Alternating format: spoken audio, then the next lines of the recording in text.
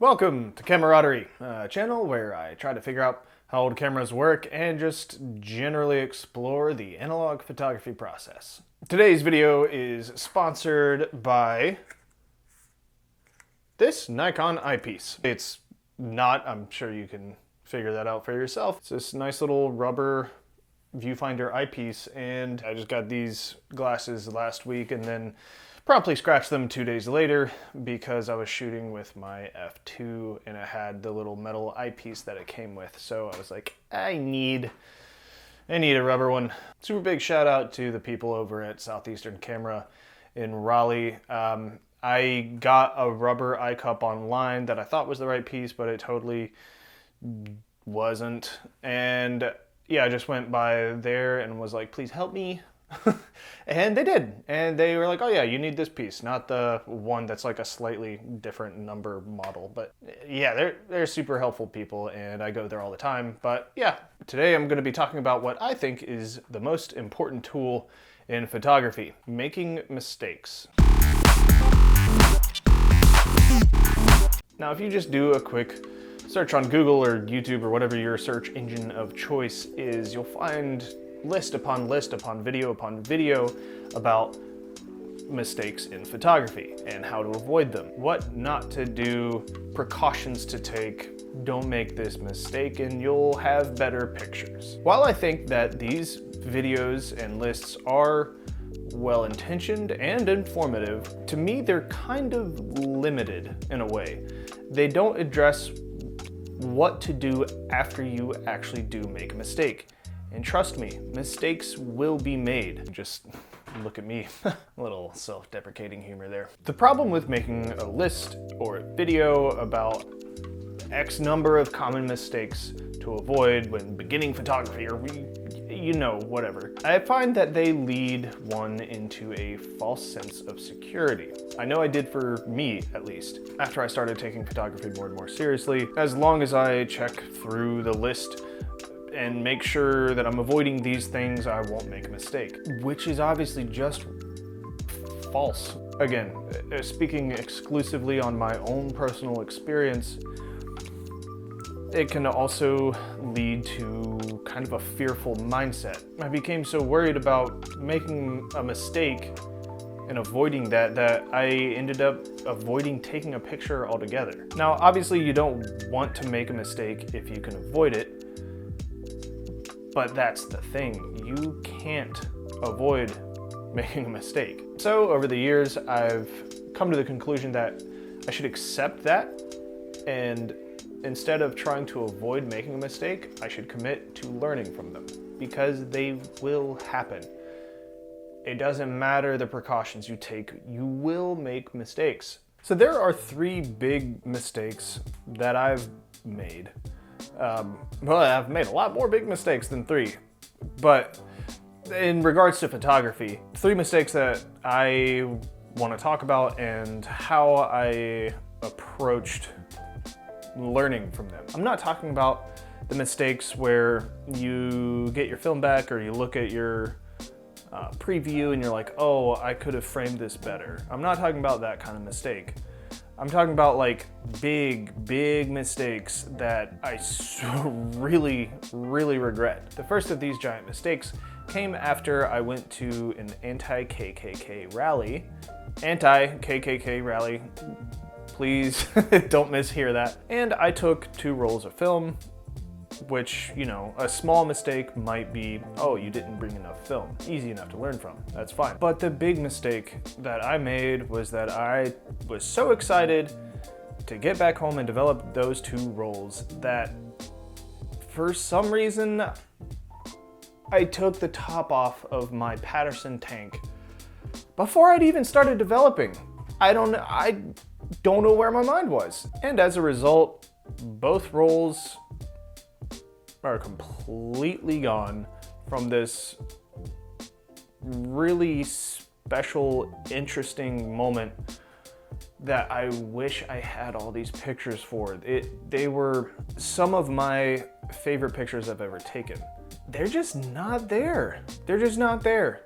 They're gone because of a lapse of concentration, and I wasn't being fully aware of what I was doing. I was almost in like this weird like flow state, just doing my thing. You know, went out and shot a bunch of pictures, came back. I was like, yeah, I've developed so many rolls of film. I know exactly what I'm doing. And then it just, all of a sudden, there's this moment, it was like a bus hit me, and I'm just like, oh, no. That is to this day, and I hope that this will remain the case for the rest of my life. That is my biggest regret as a photographer, is opening that tank. How do I move on from that? Obviously, that's a mistake to avoid. Don't open the top of your developing tank before you develop. That could be on any list. I'm sure it's on a list somewhere. Obviously, that's a mistake to avoid.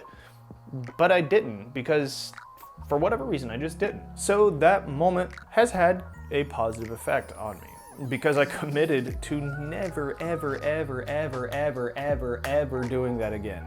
Because it's all I can think about now when I go to develop. I'm not saying that I'm glad I made that mistake, but it can have a positive net outcome. Now, the second big mistake that I really regret making is last fall I went to Colorado with a bunch of friends back when travel was still a thing. We went to Colorado, and obviously I took my camera. I took my DSLR and my film camera with me. And so I get back and I had some rolls of black and white. I had some rolls of color. I develop my own black and white film all the time. I'm making sure not to open the top of the tank before I develop, because that's just ingrained in my head at this point. So I develop my black and white rolls that I shot there, and then I move on to the color rolls that I shot. Now, C41 processing, color film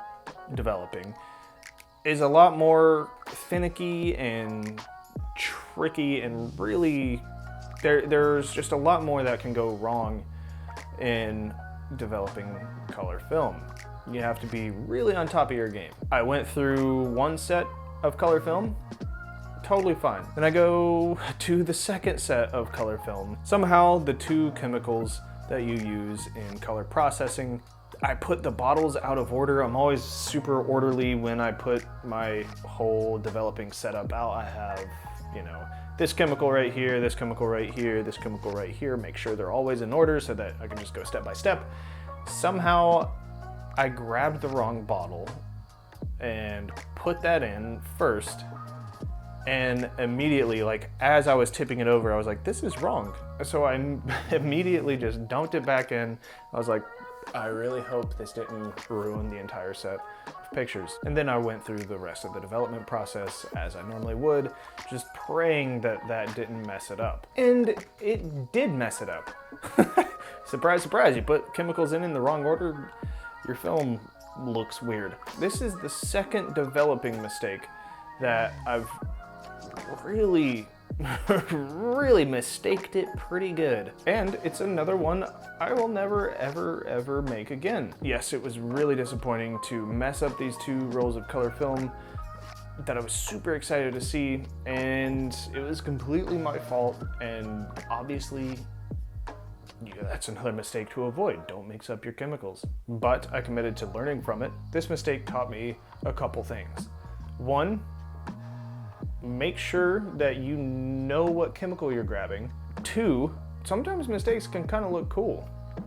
Like, they definitely look interesting, and it gave me another tool to potentially mess with in the future. I don't know, maybe, if I keep in mind like how the chemicals interact with each other and everything, that's potentially another tool in my toolbox from a mistake. Commit to learning from it and just go from there. Now for the third and final, really big mistake that I've made with photography, film photography specifically. 2 months ago, we had some protests in my city protesting George Floyd's murder. I went out to show my support for the movement, and I just wanted to document my experience there. Not for my own Instagram feed or whatever. It felt like a significant moment in a bunch of people's lives, so I was there to support and to document. Had my Pentax ME Super. I had a new Pentax lens on it, or well, old Pentax lens on it. One I hadn't used on this camera. I'd used it on my Pentax K1000 and it worked fine, but you know, it's the same mounting system, same everything. It's just like a name brand lens that I put on my ME Super. I just like shooting with the ME Super better. But I didn't test it. I didn't notice, but like somehow this lens was just not metering correctly. So I wasn't capturing any light, basically. They did all come out. I didn't open the top of the developing tank, thankfully, and they came out super, super, super dark. Some of them are kind of usable, but again, this is a mistake I would have much rather avoided. But since I committed to learning from my mistakes, I was able to gain something out of this. I found out that you should really, really test your equipment before you go out and shoot something that's as important to you as this pro test was to me. That would have saved a whole lot of heartache. I would have noticed that the meter was messing up and I would have either taken a different lens or figured out how to fix it. The other thing I learned was how to fix it. I scoured the internet, couldn't figure out what was wrong. I was like, these are the same lenses with the same mounting system on the same cameras, basically. Same manufacturer, same everything. And I just couldn't figure it out. Nobody in the forums had any answers. Reddit didn't answer me, but I found this group on Facebook, of all places, that's dedicated to, it's a small group of, you know, film photography lovers, and I just put the question out there. I'm like, yo, what gives? They're the same mounting system, same everything except for the brand who makes it. And I really want to use this lens. And this guy was like, did you try just going through the exposure compensation dial? Just putting it to its maximum and its minimum, and just to, I believe his words were, clear up the cobwebs, or clear out the cobwebs. I was like, well, I don't know why that would do anything, but sure, I'll give it a try. So I did it, and now that lens reads perfectly on my camera's light meter. So that's a lot more knowledge that I have now than I did before I made that mistake. And that's part of what photography is for me, is making mistakes and learning from them. And I feel like not enough people address that. Yes, it's good to avoid mistakes if you can, but if you do make mistakes, it's not the end of the world. Use it as a learning opportunity. That kind of has been going through my head the last couple days. I just don't want the fear of making mistakes and trying to keep all these ways to avoid making mistakes all running around through your head. I don't want that to be a reason for somebody to not get into photography. That's pretty much it for this video. Thank you for listening to my almost ramble-ish sort of thing. I've got a big old video about a certain Canon camera coming out in the next couple weeks. So if you want to be notified when that drops, then just hit that subscribe button, and otherwise just like or share this video if you want to. And if something in this video resonated with you, leave a comment down below, and you know, just don't be afraid to make mistakes in whatever it is that you do, just as long as you commit to learning from it. That's all I've got today. Thank you very much for watching. You'll see me on the other side of whatever screen you're watching this on.